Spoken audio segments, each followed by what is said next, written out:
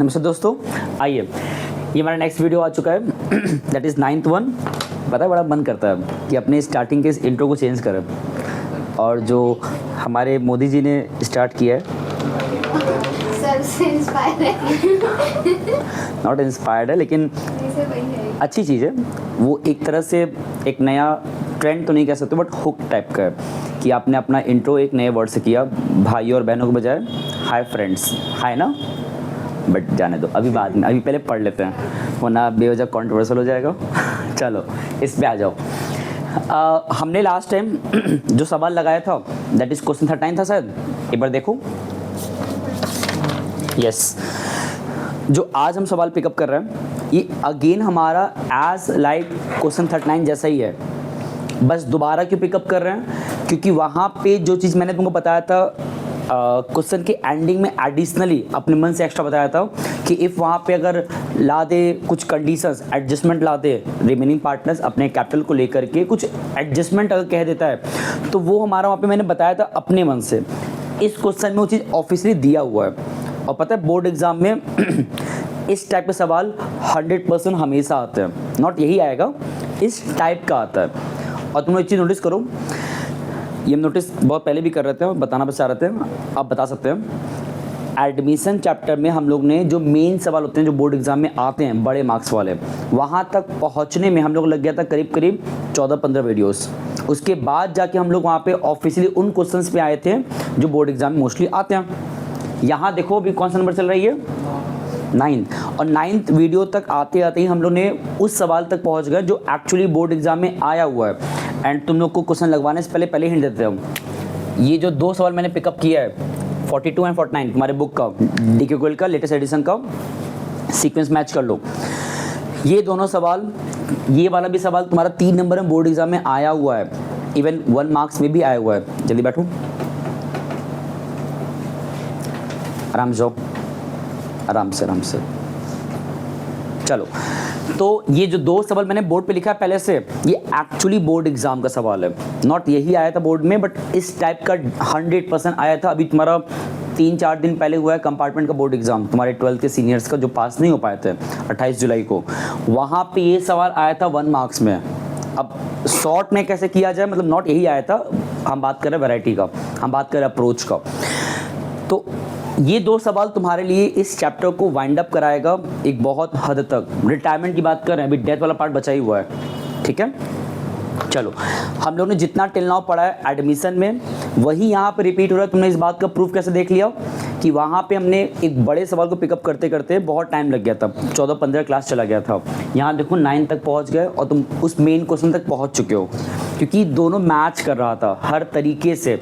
Even जो मैंने आज सवाल पिकअप किया है 42 वाला, हम पहले हिंट देते हैं क्वेश्चन लगवाने से पहले, ये तुम्हारे लास्ट जो मैंने क्वेश्चन कराया 39 वाला, 39, उस 39 के कंपेयर में जो आज कराने जा रहे हैं 95% सेम है, अप्रोच सेम है, सारा कंटेंट सेम है, सिर्फ एक एक्स्ट्रा पॉइंट इसमें एक्स्ट्रा जोड़ दिया है, वही इसको बनाता है अलग, जो कि एडजस्टमेंट की बात कह देगा। और उसमें हार्ड नहीं है। हमने 39 वाले में भी ध्यान दियोगे, लास्ट के 5 मिनट में मैंने क्या किया था, जानबूझ के अपने मन से एक्स्ट्रा बताया था पार्ट कि अगर वो रिमेनिंग पार्टनर्स उस रिटायर्ड पार्टनर को सेटलमेंट करने के बाद अपने कैपिटल को थोड़ा रीएडजस्ट करना अगर चाहते हैं कर सकते हैं। तो यहाँ पे तो ऑफिशियली कहेगा। तो अभी सवाल पे आ जाओ, और हम लोग 2 सवाल पिकअप करने के बाद हो सकता है अगर टाइम बचेगा तो तुमको इसका जो एंट्रीज अगर कहा होता है, यहाँ तो उसमें लेजर्स कहा हुआ है, इफ़ अगर जनरल एंट्रीज भी कहता बनाने के लिए तो वो कैसे बनाते हैं उस पर बात किया जाएगा, ठीक है ना। चलो सवाल पे आते हैं। तो अपने बुक में ओपन करो 42 क्या लिखा है, the balance sheet of XYZ who were sharing profit in the proportionate of capital. अब सोचो, पहला ही लाइन एक बच्चे को कंफ्यूज कर दिया। अब जिसको वो क्लियर नहीं है कि यहाँ जो ओल्ड रेशियो है XYZ का वो एक्चुअली दिया कितना है, लाइन लेके छोड़ दिया है। प्रपोर्शनेट कैपिटल मतलब क्या होता है, उनका जो कैपिटल है वहाँ से हमको निकालना पड़ेगा ना। तो यहाँ निकाला जाए, उनका कैपिटल दिया बैलेंस शीट के अंदर, देखो XYZ का 25, 20, 15 दिया ना, तो X का, Y का और Z का 25,000, 20,000 एंड 15,000। हम शॉर्ट फॉर्म लिखें 25K, 20K एंड 15K। ऐसे एग्जाम मत लिख के आ जाना, फुल फॉर्म लिखना, ठीक है ना। सॉल्व किए, के कट जाएगा, मतलब 1000 कट जाएगा, ये तुम्हारा सॉल्व करने पे आएगा लमसम 5, 4 एंड 3। ये जो सॉल्व करने पे आया ये हमारा क्या है, ओल्ड रेशियो, है ना। तो मतलब हमने फर्स्ट लाइन से इतना तो हासिल कर लिया। अब आगे बढ़ो, ओए गिरो नहीं। अब बैलेंस शीट आ गया ना, तो हम लोग क्या करेंगे, बैलेंस शीट को स्किप करें फिलहाल। ये स्किप का मतलब तुमको हम ये नहीं कह रहे कि इसको पढ़ाई मत करो।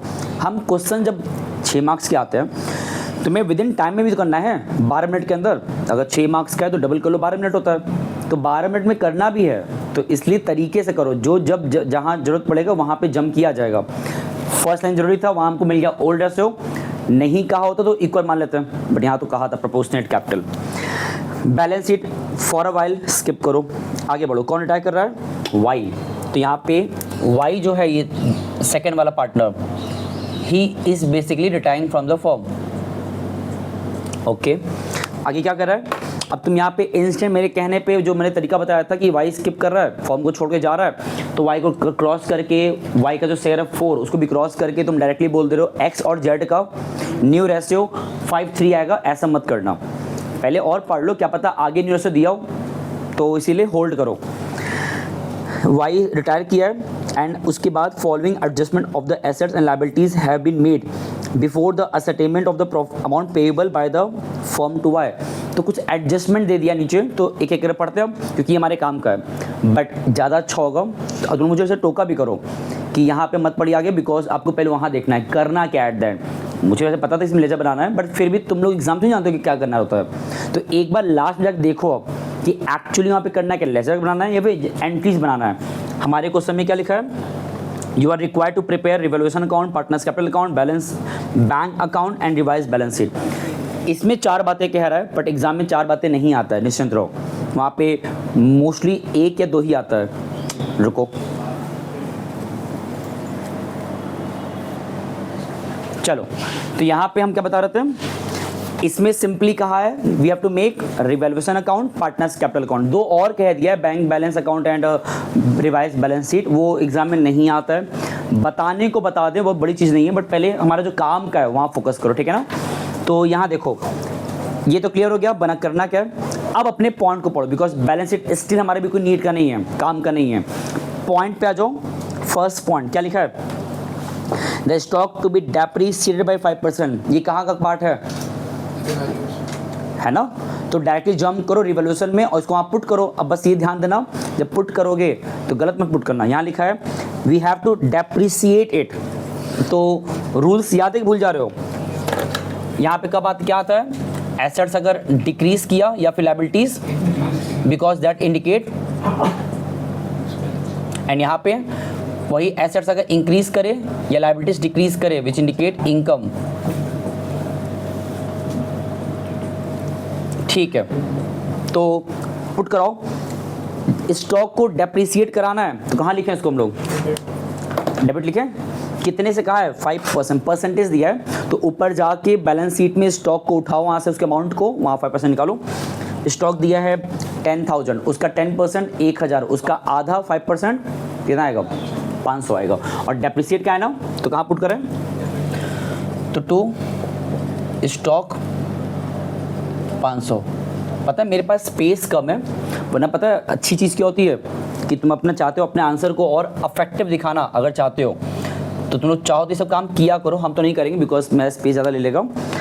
इस तरह से लिख के अगर दिखा सकते हो दिखाया करो। कैसे, तो ये बोलना चाह रहे हैं कि ये 500 आया कैसे है, क्या तुम्हारे क्वेश्चन बनाया दिया था क्या, ये वैल्यू अमाउंट बनाया क्वेश्चन में दिया था नहीं ना, तो वहाँ पे अगर तुमने लिख के इस तरह दे दिया कि हमने 10,000 का एक्चुअली 5/100 किया है तब 500 आया, अगर ऐसा लिखोगे ये शायद तुम्हें एक्स्ट्रा मार्क्स दिलाया ना, बट जो तुम्हारा कॉपी चेक करेगा टीचर बोर्ड एग्जाम के टाइम पे सेंटर पे जाके तुम्हारा कॉपी, उसके माइंड में तुम्हारे बारे में एक अच्छा इमेज बनता है। बच्चा बहुत सिंसियर, उसने कुछ एक्स्ट्रा भी करना चाहा है अपार्ट फ्रॉम रूटीन टास्क के, तो इससे मार्क्स भले ना पाओ बट तुम्हारा इमेज अच्छा बन जाता है उस टीचर माइंडसेट पे। और फिर जब कॉपी चेक करता है कॉपी, तो वो एंडिंग तक तुम्हें अच्छा बच्चा मान कर चेक करता है, तो तुमको कॉपी मार्क्स भी उसी तरह देता है।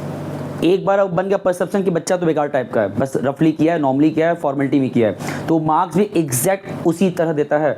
ये हम क्यों कह पा रहे हैं, बिकॉज मैंने खुद किया हुआ है, नॉट जानबूझ के, लेकिन बोर्ड एग्जाम ऐसा होता है कि जब कॉपीज हाथ में आता है ना बोर्ड बच्चों को, तो वहाँ पे माइंडसेट बन जाता है इस तरीके से कि बच्चे ने फर्स्ट पे अच्छा किया है तो उसको मार्क्स देने का पूरा मन करता है, जहाँ उसने कुछ गलत भी कर दिया तो भी हल्का फुल्का काट के दे दिया जाता है, क्योंकि उसका जो भी अप्रोच है अच्छा मार्क्स पाने का वो बिगड़ना नहीं चाहिए। बट जिस बच्चे ने कसम खाया कि मुझे अच्छा मार्क्स पाना ही नहीं है, फॉर्मेलिटी कर रहा है, तो उसको अच्छा मार्क्स दिया क्यों जाए, तो वहाँ पे फिर सही पे सही गलत गलत मिलता है। बट फिर अब इस पे आ जाओ, ये तुम्हारी मर्जी, चाहो तो करो, अदरवाइज कोई फोर्स नहीं है। नेक्स्ट क्या है, the provision of doubtful debt to be increased to 5%, 5% तक पहुँचाना है, तो डेटर पहले है ऊपर कितना 5000, उस 5000 का 5% कितना होता है 250, और क्वेश्चन में कह रहा है कि प्रोविजन को 250 पहुंचाना है, 250 तक, और ऊपर तुम्हारा ओल्ड प्रोविजन पहले से है कितने का, तो मतलब पहुंचाना 250 है और 100 पहले से मौजूद है, तो कितने से और बढ़ाना है, तो अब बढ़ाना है, लायबिलिटी बढ़ाना है प्रोविजन, तो इधर ही आएगा, क्या लिखोगे पे यहाँ पे, to provision for doubtful debt. अब इसका कैसे अमाउंट निकाल रहे हो, उस 5000 पे हमने क्या किया है, चलो यहाँ लिख देते, अच्छा उस 5000 पे हमने निकाला है 5%, जो कि आएगा 250, एंड बिकॉज हमारे पास ओल्ड पहले से मौजूद था तो उसको सब्ट्रैक्ट करने पे जो आएगा 150 वो यहाँ पे आएगा। हाँ, अगर ऐसा होता कि ओल्ड रहता ही नहीं, ओल्ड प्रोविज़न, तो कंप्लीट 250 यहाँ लिखा था।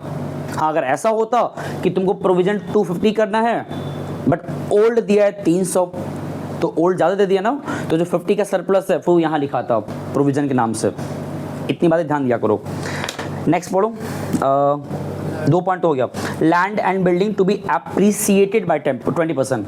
तो एक तो पहले लैंड बिल्डिंग एप्रिसिएट, एसेट्स को बढ़ाने की बात कह रहा है, तो इधर आएगा बाई लैंड एंड बिल्डिंग, 20% निकाल लो, बैलेंस में जाकर देखो हमारे पास अमाउंट जो है लैंड बिल्डिंग का वो है 25,000, उसका 20% कितना होता है, अब डायरेक्टली कर रहे हैं हम। नेक्स्ट कह रहा है the provision of 750 to be made in respect of outstanding legal charges.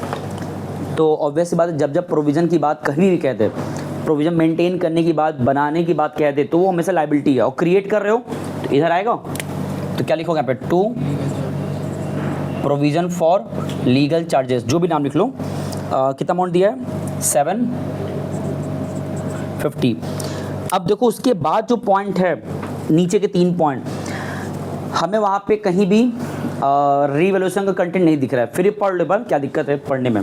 लिखा है the goodwill of the firm entire firm fixed at 16,200, तो गुडविल ऑफ द फर्म वो भी वैल्यूड की बात कर रहा है, तो इसका कोई कनेक्शन नहीं है इससे, रिवैल्यूएशन से। चाहो तो इस पर काम कर लो, अदरवाइज का कोई नीड तो फिलहाल भी है नहीं। आगे बढ़ो, and Y share of the same be adjusted into the account of X and Y, X and Z, which means कि जो भी पैसा वाई के नाम का होगा गुडविल का, वो एक्स और जेड देंगे वाई को।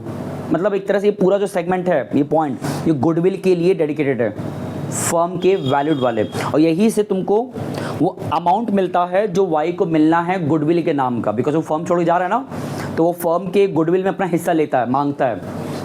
एक और पॉइंट पढ़ लो, नेक्स्ट लिखा है X and Z decided to share the future profit of the firm in equal proportion. चलो इसे काम करो, कंफ्यूजन ना हो। 5th पॉइंट मत पढ़ो, पहले 6th पॉइंट, पहले 5th वापस आ जाओ, गुडविल वाले पे। गुडविल में तुम्हें फर्म का दिया है ना, तो पहले उसी को सॉल्व कर लेते हैं। हमारे पास पूरे फर्म को गुडविल दिया कितना, वैल्यूड वाला 16,200, ये फर्म का है ना, तो यहाँ से कितना आएगा उस वाई का निकाल सकते हो, वाई का गुडविल शेयर कितना आएगा, उस फर्म की गुडविल का मल्टीप्लाई कर दो जितना वाई का शेयर है, कितना यहाँ पे है 4 बाई कितना है 5 4 9 12, कि तुम्हारा आएगा 16,200 इंटू 4/12। सॉल्व किए तुम्हारा ये लमसम आएगा 5400। ये जो अमाउंट है ये कौन देगा वाई को, रिमेनिंग पार्टनर्स। किस में देते हैं, गेनिंग प्रपोर्शन, क्या सेक्रीफाइस बोल रहे हो, जितने से वो लोग गेन किए हैं एक्स और जेड वाई के शेयर को, उसी गेनिंग प्रपोर्शन में वो उस y को इतना पैसा देने वाले हैं गुडविल के हिस्से का। अब सवाल है कि यहाँ पे गेनिंग रेशो है कहाँ पे। तुम चाहो तो अभी वही फिर से बिना मेरी बात को ध्यान रखे वही जो दिमाग था कि y को रिमूव करके 5 और 3 क्या मानो फटाक से, gaining ratio and new ratio. But मैंने पहले ही कहा एक बार क्वेश्चन को लास्ट मोमेंट तक पढ़ो, अगर तुम्हें कहीं ना दिखे NR न्यू रेशो तब अपना वो दिमाग लगाओ क्रॉस करके डायरेक्ट करने वाला। अब देखो इस नेक्स्ट पॉइंट क्या लिखा है, 6th वाला, X and Z decide to share the future profit of the firm in equal proportion। मिला, मैंने कहा था ना दे सकता है। देखो ये हमको पता था पहले से, ऐसा नहीं है, तुम्हें भी एग्जाम में इसी तरह दिमाग लगाना होता है कि हम तुरंत इतना अज्यूम नहीं करने वाले, आगे चल के दे देता है कहीं ना कहीं इन बिटवीन क्वेश्चन के बीच में। तो यहाँ पे हमें बेसिकली यहाँ पे एक्स का और जेड का न्यू रेशो दे दिया है कितना, इक्वली, मतलब 1:1। अब बताओ तुम्हें ओल्ड दिया है न्यू दिया है तो क्या तुम अज्यूम करोगे GR को? नहीं, यहाँ तुम्हें क्या करना पड़ेगा, सॉल्व ही करना पड़ेगा। तो सॉल्व कैसे करें, यहाँ पे तुमको गेनिंग रेशो निकालना पड़ेगा ना। चलो निकालते हैं एक्स का और जेड का, तो शॉर्ट में कर रहा हूँ। एक्स का फॉर्मूला क्या होता है, न्यू माइनस में ओल्ड। तो यहाँ पे हमारा एक्स का न्यू कितना है 1/2 और एक्स का ओल्ड कितना है 5/12। हम डायरेक्टली सॉल्व करें इस बार, करे तुम लोग करोगे, करो अच्छा करो। ये 12 आएगा इसमें लेने पे, तो यहाँ आएगा 6 - 5 विच कम्स 1/12। जेड का निकालो, 1/2 माइनस 3/12 12, ये आएगा 6 - 3 3/12। मतलब इन दोनों को अगर तुम लिखोगे एक साथ तो 12 तो कट जाएगा, तुम्हारा रेशो क्या बना 1:3। ये हमारा क्या आ गया। अब बेसिकली वो जो हमारा गुडविल उसको देना है किसको, y को, वो एक्चुअली 1:3 में मिलने वाला है। y को जो मिलेगा वो देने के लिए x और z 1:3 में प्रोवाइड करेंगे। ये मैं शॉर्ट में किया है और इसीलिए किया है बिकॉज इतना अब चलता है। हम लोग ने चैप्टर 2, 3, 4 कितनी बार चीज़ें पढ़ा है, तो इसमें बहुत अब हमको स्टेप बताने की जरूरत नहीं है। तो मतलब एक तरीके से कैन वी से कि वो जो 5400 है वो x और z देंगे y को। अब एक काम करते हैं, यहाँ पोस्ट करने से पहले एंट्री बताओ क्या होगा। ये पैसा मिल किसको रहा है, y को। तो उसको जब मिलना है तो उसका जो कैपिटल अमाउंट है कहाँ लिखाएगा, डेबिट में लिखाएगा। जब y को मिलना है तो हाउ विल गेट, हम उसके कैपिटल को क्रेडिट करते हैं। तो मतलब यहाँ पे अगर इसका एंट्री क्या बनाने के लिए, एंट्री तो कैसे बनाओगे, बिकॉज y को मिल रहा है तो नीचे 2 y कैपिटल और दे कौन रहे हैं x और z, डेबिटेड डेबिटेड। ये एंट्री बनवा रहे हैं बिकॉज यहाँ पोस्ट करने में दिक्कत नहीं आएगा। कैसे करोगे, 5400 को जरा बांटो 1:3 में। देखो ये कहना चाह रहे हम 5400 इंटू 1/4, 5400 इंटू 3/4 को सॉल्व किया। ये तुम्हारा आएगा आई थिंक 1350 और ऊपर कितना आएगा 4000। हाँ नहीं 0 5 1 कैरी 3 4350 आ रहा है, नहीं इतना नहीं आएगा 1 आएगा शायद यहाँ पे 0 5 1 कैरी, ये 0 आएगा, सही है अब सही है। ये एंट्री मैंने इसलिए बनवा दिया बिकॉज ये हेल्प करेगा पार्टनर्स कैपिटल में पोस्ट करते वक्त। तो ऐसे बताओ हमने सारा सवाल पढ़ लिया टिल नाउ, उसमें एक पॉइंट रह गया लास्ट पॉइंट, वो भी देख लेते हैं। The entire capital of the firm is fixed at 48,000 between X and Y in equal proportion. For this purpose, actual cash is to be brought or to be paid out. तो ये जो last point है इसको हम तुम्हें बताएंगे again एकदम last में, जस्ट बिकॉज ऑफ ये कैपिटल एडजस्टमेंट की बात कह रहा है जिसमें कि उस रिटायर्ड पार्टनर का सारा सेटलमेंट कर लेने के बाद एक्स और जेड अपने कैपिटल को थोड़ा रीएडजस्ट करना चाहते हैं। तो ऑब्वियस बात ये कब करोगे, एंडिंग में। तो अभी फिलहाल तो मेरे कहने पे ये जो लास्ट पॉइंट है 7th पॉइंट उसको स्किप करो। अब बताओ ये सब पूरा क्वेश्चन जब तुम देख रहे थे क्या रीवैल्यूएशन का और कोई कंटेंट बचा क्वेश्चन में, नहीं। और एक चीज़ एग्ज़ाम में सवाल इसी टाइप का आता है, बहुत इससे बहुत ज़्यादा तुम्हें कॉम्प्लिकेट या बहुत ज़्यादा लेंदी चीज़ों को और तुम दे देगा ऐसा नहीं, इसे और कम कर देगा, बढ़ा कर और नहीं देगा। तो हमने मतलब सारा सवाल पढ़ा, टाइम लगा, बट अगर स्पीड है जल्दी भी कर लोगे। अब तुम्हारा इसको काम क्या है, वाइंड अप करना। और तो उसका बैलेंस कहाँ जा रहा है, प्रॉफिट आ रहा है। कितना बैलेंस आ रहा है प्रॉफिट का, 3600। तो इस प्रॉफिट को तुम्हें डिस्ट्रीब्यूट करना है बिटवीन पार्टनर्स। और ध्यान देना, जब बांटोगे ना तो बिकॉज रिटायरमेंट है तो इसमें उस रिटायरमेंट के पहले उस एसेट्स लायबिलिटीज़ के चेंज का जो प्रॉफिट निकला उसमें अधिकार उस रिटायर्ड पार्टनर का भी होता है। मतलब तुम्हें एक तरह से उस प्रॉफिट को बांटना है between all the 3 partners X Y and Z in the old ratio, that is 5, 4 and 3। जरा बांटो, कितना आएगा, 1500, कितना, 1500, उसके बाद 1200, 900। चलो ठीक है, ठीक। तो ये तो हो गया। अब आता है हमारा सबसे सिंपल टास्क जो हमने कितनी बार किया है, इमेजिन करके देख सकते हो। पार्टनर्स कैपिटल में बताओ जरा तनिष्का, इसमें वो 4 चीज़ें क्या क्या आता है, जल्दी याद दिलाओ। बैलेंस आता है, पार्टनर्स का ना, तो जो भी हमारे ओल्ड पार्टनर्स हैं, ओल्ड रिमेनिंग पार्टनर्स कह सकते हो, उनका बैलेंस आएगा जिसको हम कहते हैं बैलेंस बीडी, है ना। और क्या आएगा, वैल्यूएशन में जो प्रॉफिट और लॉस, जो प्रॉफिट हुआ तो वो आएगा, या लॉस जो भी आ सकता है। उसके अलावा बैलेंस शीट के अपीयर्ड के तौर पे जो भी रिजर्व्स, सरप्लसेस, प्रॉफिट या लॉसेस है वो आएंगे। एंड आखिरी, इफ़ ये क्वेश्चन रिटायरमेंट का है तो जो पार्टनर रिटायर कर रहा है, रिटायरमेंट जिसका हो रहा है, तो उसका तुमको जो भी ट्रीटमेंट है, उसको पैसा देने लेने का जो भी, वो यहाँ पे करोगे। मतलब उसमें गुडविल का भी आएगा और एक तरह से यू कैन से उस रिटायर्ड पार्टनर गुडविल एंड उसका पेमेंट या उसका लोन अकाउंट ओपन करना, ये सब हमें करना होता है एट द एंड। तो इसी को फॉलो करो, तुम्हें कुछ भी स्किप नहीं होगा, गलती भी नहीं होता है। जैसे पहला, यहाँ पार्टनर्स मेरे हमें कितने हैं, X Y and Z, X Y and. तो सबसे पहले क्या आएगा, बैलेंस, तो यहाँ ले आओ, by balance BD. Balance BD किसका लिखोगे, ऑल 3 पार्टनर्स का। तो 25,000, 20,000 एंड नेक्स्ट क्या है 15,000। एक तुम्हारा आसानी से हो गया। सेकंड है रिवैल्यूएशन का प्रॉफिट या लॉस। हमारे इस क्वेश्चन में क्या हुआ था, प्रॉफिट, तो प्रॉफिट ले आओ। और प्रॉफिट जो होता है, जो इधर लिखा होता है, वो जाएगा पार्टनर्स कैपिटल के अपोजिट साइड, इधर आएगा। तो कैसे लिखोगे, बाई रिवैल्यूएशन प्रॉफिट है कितना, 1500, 1200 एंड 900। ओके, थर्ड वन, अब जाके क्रॉस वेरीफाई करो क्या बैलेंस शीट में कोई रिजर्व, सरप्लसेस अपीयर्ड के तौर पे लायबिलिटी या एसेट्स में दिया हुआ है। तो अब देखो हम लोग बैलेंस शीट अब देखने जा रहे हैं। तो जो हमें दिख पा रहा है, क्वेश्चन कहाँ गायब हो गया, ये रहा, लायबिलिटी में एक भी नहीं है, एसेट्स में भी एक भी नहीं है। तुम्हारा एक काम तो अपने आप बाय डिफॉल्ट स्किप हो गया, मतलब इसमें कुछ आया नहीं।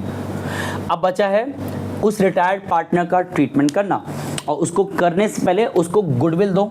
अगर वहाँ क्वेश्चन बात किया है तो, और क्वेश्चन बात किया तो गुडविल का ना, कि he is getting the goodwill amount 5400 by the remaining partners x and Z. हमने एंट्री बना रखा है ना, क्यों बनाया हुआ था, बिकॉज इसका बनेगा कॉन्ट्रा एंट्री। कैसे बनेगा, देखो y को मिल रहा है ना, और ये 2y लिखा है जनरल एंट्री में, जब पुट करोगे लेजर में तो इधर आएगा 2y कैपिटल, और दे कौन रहे हैं, x और z, तो उससे उनका खुद का जो कैपिटल क्या हो जाएगा, घटेगा। तो मतलब वो जो अमाउंट है 1350, 4050, ये इधर आएगा x और z के नीचे, 1350 और 4050, ये ध्यान देना। और ये दोनों ही पैसा किसको मिल रहा है, y को। तो मतलब y कैपिटल बढ़ना चाहिए ना, तो मतलब ये कैसे होगा, 1350 y को मिला, 4050 ये भी y को मिला, और कैसे मिला, बाई x से एंड बाई।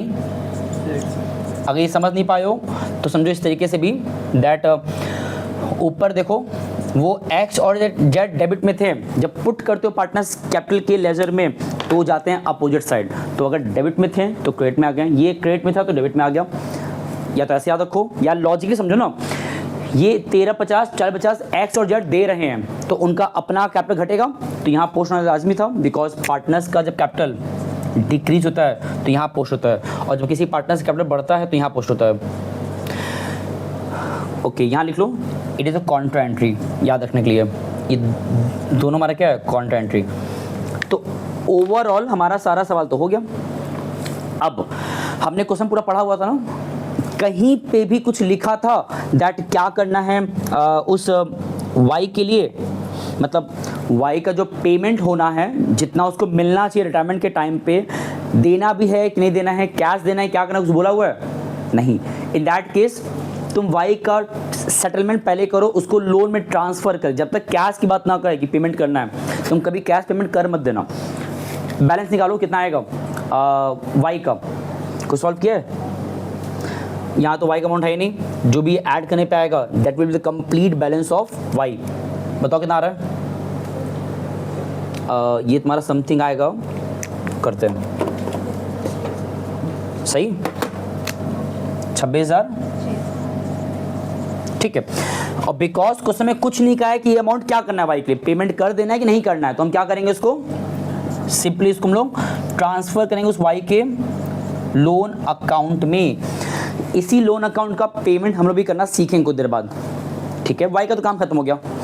एक्स और जेड का भी अब निकाल लो कि इनका कितना आ रहा है, क्योंकि इनका जो आएगा वो तो सिंपल है, to balance B D sorry C D. बताओ कितना आ रहा है एक्स और वाई का नॉर्मल सॉल्व करने पे? इसका आ रहा है 25,150। क्या उधर साइड आएगा? हाँ बताओ कितना आ रहा है? 25,150। और इनका जेड का 15,900 माइनस 40/50 11,850। That comes 11,850। देखो हम लोग ने जो कल सवाल पिकअप किया था, कल वाला 39 क्वेश्चन नंबर, वहाँ पे हमने यही पार्ट किया था, कुछ अलग नहीं था। बस पता है फ़र्क क्या है, यहाँ पे तुम्हें जानबूझ के तुम्हारा एक काम बढ़ाने जा रहा है, एक स्टेप, और वही नया है। ये सब हमने कल पढ़ा था, बस अब पता है नया क्या करेगा, ये कह दिया है कि भाई जो ये एक्स और वाई का सॉरी एक्स और जेड का जो कैपिटल आया हुआ है रैंडमली, कुछ भी आ गया है ना, नंबर देखो ना 25, 150, 11,850, बड़ा ऑकवर्ड लगा देखने में। क्वेश्चन में लिख दिया है कि नहीं, इनका जो कैपिटल अभी आया है नॉर्मल वाला, इसको इग्नोर करना है और इसको रीएडजस्ट करना है एक नए कंबाइंड कैपिटल से, जो कि बता दिया है कि एक्स और जेड का न्यू कंबाइंड कैपिटल दे दिया कितना, पढ़ो लास्ट पॉइंट। अब लिखा है the entire capital of the new firm to be fixed at 48,000। मतलब इसका जो था वो बेसिक को कैलकुलेशन यहाँ कर दे रहा है बगल में। तो क्वेश्चन में क्या कह रहा है, एक्स का और जेड का जो कंबाइंड कैपिटल है, कंबाइंड कैपिटल वो कह रहा है कि 48,000 होना चाहिए। ये 48 रैंडम नंबर है, कुछ भी और दे सकता था, जो भी दे डजेंट मैटर, मतलब उनका कैपिटल मिला करके 48 होना चाहिए, ना कि कुछ और। यहाँ पे अगर इनको जोड़ोगे इन दोनों को, 25,150 को 11,850 को, कुछ और लमसम आएगा, दैट तुम्हें इग्नोर करना है उसको। यहाँ पे कह रहा है कि उनका कंबाइंड इतना रखो जो क्वेश्चन में दिया था, और रखने के साथ साथ इसको भी उनके बीच में बांटो in the equal, that was our new ratio, कि न्यू रेशियो के अकॉर्डिंग उस 48,000 को रखना है। चाहो तो देख लो यहाँ पे ना ये 48 होगा मिला करके, ना वो इक्वल दिख रहा है। तो क्वेश्चन में क्या कहना चाह रहा है कि वाई चला गया, तो एक्स और जेड ये चाहते हैं कि भाई हमारा कैपिटल क्यों इतना रैंडम आ रहा है, उसको क्यों ना थोड़ा सा रीसफल करके एक राउंड ऑफ नंबर में रखा जाए। तो उन्होंने नंबर पिकअप कर लिया 48,000, और उस 48 को उन्होंने क्या कर दिया, इक्वल में रखना चाहा, विच इंडिकेट कि इस हिसाब से एक्स का और जेड का कितना हो जाएगा, 24,000 और 24,000। मतलब ये सारा जो ट्रीटमेंट है ये हमें करना है। अब ऑब्वियस बात है, इस ट्रीटमेंट को करने की वजह से हो सकता है वाई का पैसा कम पड़ जाए या ज़्यादा पड़ जाए, जेड का पैसा कम पड़, वाई क्यों बोल रहे हैं हम, एक्स का पैसा ज़्यादा हो जाए कम हो जाए, जेड का पैसा ज़्यादा हो जाए कम हो जाए, कुछ भी हो सकता है। तो ये सारा कम ऊपर नहीं किया जाएगा, हम लोग कहाँ करेंगे उसको, नीचे। तो इसके पहले अमाउंट को नीचे ट्रांसफर कर दो इन लोग के। ये जो ट्रीटमेंट है कि इसको तुमको इनके कैपिटल को रीएडजस्ट करना है इन दिस कॉन्टेक्स्ट, तो उसको दिखाओ सेकंड स्टेज में, ऊपर मत कर देना, ऊपर कर सकते हो बट वो तरीका गलत कहलाएगा। तो यहाँ लिखो बाई बैलेंस BD कितना था ऊपर 25 150 11 850। देखो y का काम खत्म हो चुका है, हमको सिर्फ x और z के कैपिटल को थोड़ा रीएडजस्ट करना है in a new combined capital in the new ratio structure में, जो कि कितना यहाँ दिया हुआ है 24,000 और 24,000 हो गया ना। अब खुद देके कंपेयर कर लो कि क्या इस प्रोसेस में x का पैसा कम पड़ गया या ज़्यादा हो गया। ऐसा एडजस्टमेंट करने की वजह से x का y z का पैसा कम तो नहीं पड़ा। x का कितना पहले से है 25,150 और एज पर कंडीशन कितना होना चाहिए 24,000। तो मतलब उनको अपना पैसा थोड़ा कम करना पड़ेगा ना। इन दैट केस उनको पैसा विड्रॉ करना पड़ेगा, और विड्रॉ का मतलब जब x का बैलेंस निकाल रहे हो तो बैलेंस इधर आ रहा है, कहाँ पे आ रहा है इधर 2, और उसको तुमको क्वेश्चन में कहा है कि कैश या तो लाएंगे या निकालेंगे। तो जो बैलेंस इधर आ रहा है 2 कैश लिखोगे, जो बैलेंस वहाँ जाएगा वहाँ बाई कैश लिखोगे। बस याद रखना ये जो 2 कैश है ये इंडिकेट कर रहा है दैट उसने विड्रॉ किया पैसा। और कितना विड्रॉ किया बैलेंस बताओ 1150 आएगा, है ना। जेड का देखो 24 होना चाहिए, उनका अभी कितना है 11,850, तो जेड का तो बहुत कम है ना, तो इनको पैसा लाना पड़ेगा। तो इनका बैलेंस इधर आ रहा है बाई कैश विच इंडिकेट ये पैसा ब्रॉट कर रहा है, ब्रॉट इन। कितना पैसा निकालेंगे माइनस कर लो, कितना आ रहा है 12,150 विच मीन्स कि मतलब जेड को पैसा लाना पड़ रहा है इस कंडीशन की वजह से, और एक्स को पैसा लेके जाना पड़ रहा है इस कंडीशन को फुलफिल करने की वजह से। बाकी लोग कोई सुनी था। पता है कहीं कहीं पे कैश नहीं कहता है, कहीं भी ये भी लिखा होता है कि उनको करंट अकाउंट ओपन कर दीजिए आप। तो वहाँ पे जो लिखा है 2 कैश, वहाँ क्या लिखे होते हैं हम, यहाँ लिखे होते हैं हम एक्स करंट, यहाँ लिखे होते हैं हम जेड करंट, क्योंकि जेड का अमाउंट था वहाँ पे ना। बाकी इसको क्लोज कर लो। अच्छा एक चीज़ तुम लोग और बताना था मुझे, ये जो कैपिटल एडजस्टमेंट क्वेश्चन में एक्स्ट्रा जोड़ा है हमारे लिए जानबूझ के, कुछ अलग नहीं है। ये हमने वहाँ भी सीखा था एडमिशन के टाइम पे, याद है कैसे वहाँ पे था कि एक न्यू पार्टनर जो कैपिटल ला रहा है वो दिया ही नहीं था, याद करो, और वो तुमको निकालना पड़ रहा था ओल्ड पार्टनर्स के एडजस्टेड कैपिटल के हेल्प से, याद आ रहा है। और एक चीज़ उसमें एक और चीज़ कंडीशन था कि उस न्यू पार्टनर के कैपिटल के अकॉर्डिंग हम सारे पार्टनर्स कैपिटल रीएडजस्ट करते थे। तो ये जो 2 स्टेप वहाँ था एडमिशन में जो तुम्हारा काम बढ़ा दे रहा था, कुछ इस उसी प्रकार लॉजिक यहाँ भी है। सारा काम करने के बाद अब जो रिमेनिंग पार्टनर्स हैं वो थोड़ा सा एक्स्ट्रा दिमाग लगा रहे हैं कि वो अपने कैपिटल को रीएडजस्ट करना चाहते हैं, तो कर सकते हैं, कोई कंपल्सरी कोई कंडीशन ही नहीं कर सकते। तो इससे हमारा काम था बड़ा, लेकिन क्वेश्चन सिंपल था, और यही सवाल हमने लगाया था लास्ट क्लास में भी। अच्छा एक बात और भी है, इसका एंट्री बना लोगे, एंट्री ये पैसा वो ला रहा है कि निकाल रहा है, ये पैसा जो है जेड ये पैसा लाया कि निकाला है, तो पैसा फॉर्म में आ रहा है, एंट्री क्या हो जाएगा कैश अकाउंट डेबिटेड, और ला कौन रहा है तो नीचे 2 जेड कैपिटल। ये पैसा कौन निकाल रहा है एक्स, इसका पैसा निकल रहा है, फॉर्म से पैसा घट रहा है, तो नीचे अगर 2 कैश, और निकाल कौन रहा है तो x capital account debited 2 cash. इस तरह से एंट्री बनता। कुछ गलती हुआ है क्या, कहाँ पे 4800 नहीं आएगा, मतलब 48,000 का क्वेश्चन में गिवन है। ये क्वेश्चन में गिवन दिया था, मैंने पहले कहा था ना ये क्वेश्चन में दिया है, कुछ भी और दे सकता था, 50,000 कहता तो आता 25-25, कुछ भी दे सकता है, वो तो क्वेश्चन का कंडीशन है ना। तुम्हें फुलफिल करना है जो क्वेश्चन में कहना चाह रहा है कि वो एक्स और जेड अपने कैपिटल को जो यहाँ रैंडम आया हुआ है उसको रीएडजस्ट करना चाहते हैं एक स्पेसिफिक राउंड ऑफ नंबर में, दैट्स इट। अच्छा ये बताओ इसी अप्रोच को अगर यहाँ पे हम जो है सीखें भी, एक सवाल और लेते हैं जहाँ पे इतना लंबा सवाल नहीं करना है, बस क्वेश्चन में सिंपलेस्ट फॉर्म में दिया हुआ है, और क्वेश्चन पता क्या है उसमें एंट्री भी कहा है शायद। ये हम बात करें क्वेश्चन नंबर 44, ये लिखा हुआ है, एंट्री कहा नहीं है, सिर्फ कैलकुलेशन कहा है करने के लिए। ये सवाल 1 मार्क्स में आया हुआ एग्जाम में, बोर्ड एग्जाम 1 मार्क्स का, मतलब इतना बड़ा पैराग्राफ दिया हुआ है 4-5 लाइन का, और ये सवाल एग्जाम 1 मार्क्स में आता है अगर सिर्फ कैलकुलेशन कहेगा। अगर एंट्री भी जोड़ दिया तो ये सेम क्वेश्चन हमारा कितने मार्क्स बन जाएगा 3 नंबर के लिए बन जाएगा। चलो ट्राई करते हैं, पढ़ो। 3 partners X Y Z, ratio दिया है 3:1, तो लिखो इतना पहले X Y Z ratio 3:1 old ratio. आगे कह रहा है on April 1 X retire from the firm, यहाँ पे फर्म से रिटायर कौन हो रहा है, एक्स। तो आगे क्या कह रहा है, और X retire from the firm, Y Z agree that the capital of the new firm shall be fixed at 2,10,000। यहाँ पे रेशो नहीं दिया हुआ, न्यू रेशो।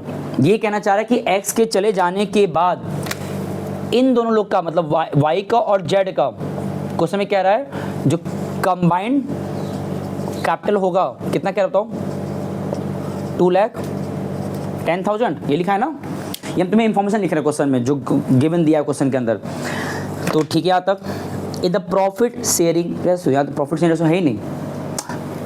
एक्स के चले जाने के बाद वाई और जेड का अपना प्रॉफिट शेयरिंग रेशो क्या है मेंशन नहीं किया है, बट ये कह दिया है कि उनका कंबाइंड कैपिटल इतना होना चाहिए। और आगे बोलो क्या पता आगे दिया हो रेशो, लिखा है the capital account of Y and Z after all the adjustment on the date of retirement of the capital account, sorry, the capital account of Y and Z after all the adjustment on the date of retirement showed a balance of 145 and 63। ये पता amount कौन सा दिया हुआ है, हम लिख दे रहे पहले यहाँ पे। ये कहना चाह रहा है Y का और Z का, Y का एंड Z का, इन दोनों का कैसे लिखे हैं, देखो Y आफ्टर ऑल एडजस्टमेंट, हमें यहाँ पे y का और z का इन दोनों का वो दिया हुआ है कैपिटल अमाउंट, और दिया कितना है जरा बताओ, देखिए 145 एंड 63। क्या तुम कंपेयर करके बता सकते हो ये अमाउंट कौन सा दिया हुआ है इस क्वेश्चन के थ्रू? इस क्वेश्चन के थ्रू ये सवाल में जो अमाउंट दिया है कौन सा अमाउंट दिया है, बस कोरिलेट करो। ये देखो ये जो दिखा है 25,150 एंड 11,850, इसको हम एक्चुअली कहते हैं एडजस्टेड कैपिटल। मतलब सारा ताम झाम करने के बाद रिमेनिंग पार्टनर से जो कैपिटल बच जाता है at the end, that is called adjusted capital. और यहाँ जो दिया हुआ है ये वही चीज़ दिया हुआ है। तो तुमको बेसिकली बनाया ये जो दो फिगर तुम यहाँ पाए हो इतना करने के बाद, ये दो फिगर यहाँ तुम्हें बनाया दे दिया है, तुम्हारा काम तो आसान हुआ। ठीक है, अब कहना चाह रहा है state the amount of actual cash to be brought in और to be paid to the partner. ये बोलना चाह रहा है कि भाई इनका जो सारा सॉल्व करने पे कैपिटल है आफ्टर रिटायरमेंट दे दिया है वाई जेड का, बट ये कहना चाह रहा है कि ये जो कैपिटल आया है अप्रॉक्सीमेट कुछ भी आ गया है, इस तरह से ना रख करके क्वेश्चन में कह रहा है कि वो कैपिटल कितना होना चाहिए 2 लाख।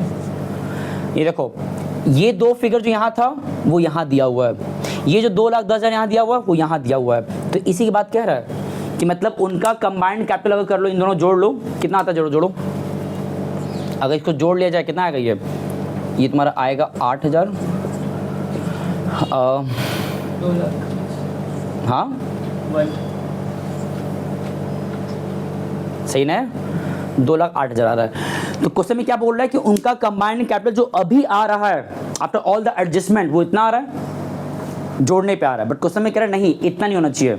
वो चाहता है कि उनका कंबाइंड कैपिटल इतना हो जाए, वो भी किस रेशो में होना चाहिए, इन द न्यू रेशो।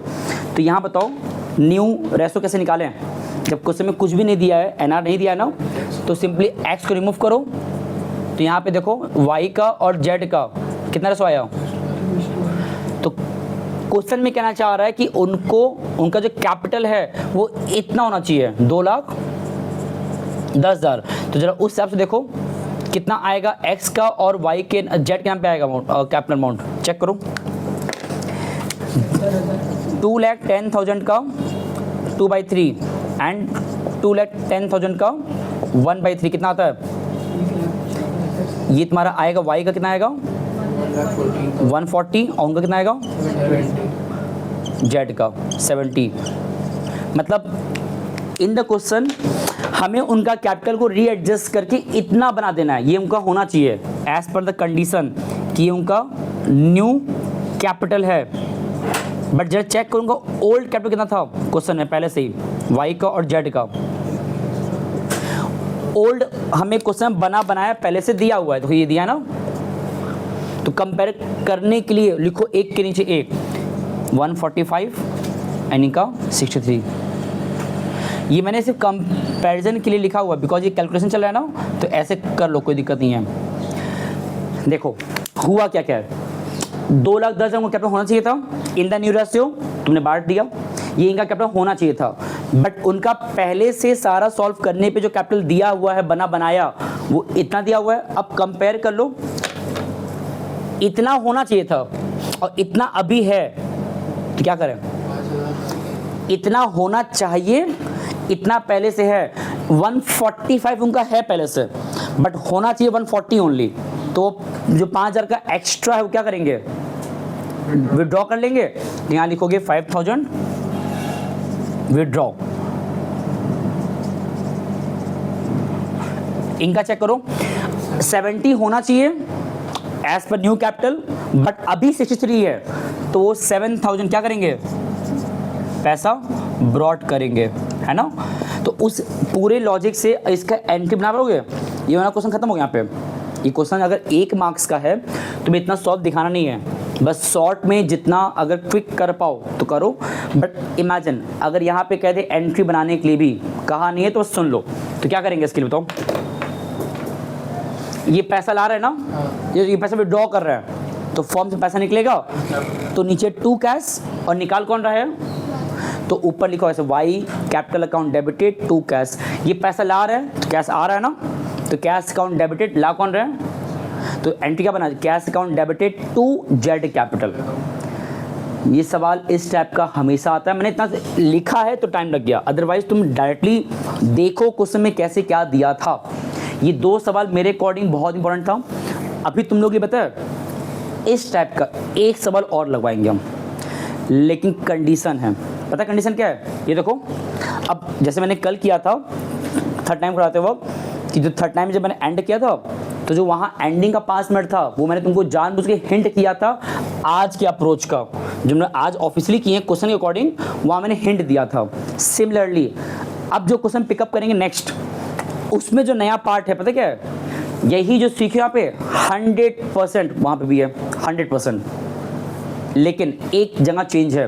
वहाँ तुम्हें इस बार कह देगा इस वाई का जो तुमने ओपन किया है लोन अकाउंट, अब वहाँ पे कह देगा पेमेंट भी करके दिखाइए इसको, अब लोन अकाउंट का पेमेंट कह देगा। एग्जाम में एक साथ इतना कुछ नहीं आता कि हाँ revaluation, partners capital, entry, loan account में इतना एक साथ नहीं आता है, कोई एक ही आएगा। हम लोगों ने सब पे काम किया सिवाय एक चीज़ के, कि अगर कहीं पे सच में कह दे ओनली कि भाई लोन अकाउंट का पेमेंट बनाइए, मतलब लोन अकाउंट का पेमेंट दिखाइए, तो वो सेगमेंट कैसे किया जाता है। तो हमारा फोकस अब उस क्वेश्चन में रहेगा how to deal with the loan account segment, कि इनको पेमेंट कैसे किया जाए। बाकी जितना है सीखियो, ये अब हर जगह रिपीट करेगा। रिटायरमेंट का जो पूरा अप्रोच था मेरे हिसाब से, इसके बियॉन्ड कुछ बचा नहीं है सिवाय वो लोन का पेमेंट दिखाने वाला, कि how we will pay the loan account to the Y. यहाँ पे पहली का होता है 2 कैश, तो बात ही खत्म। बट अगर लोन ट्रांसफ़र हुआ है तो लोन का पेमेंट भी क्वेश्चन में कहता है, और एग्जाम में आया 1-2 बार, बीते 4-5 सालों में 1-2 बार आया है लोन का पेमेंट दिखाने के लिए। होता बहुत सिंपल है, बट जब वहाँ पहुँचे वहाँ देखा जाए, ठीक है ना। इतना ढंग से देख लो, और बाकी मिलते हैं नेक्स्ट वीडियो में, नेक्स्ट क्लास में। चलिए, थैंक यू सो मच, नमस्ते और धन्यवाद।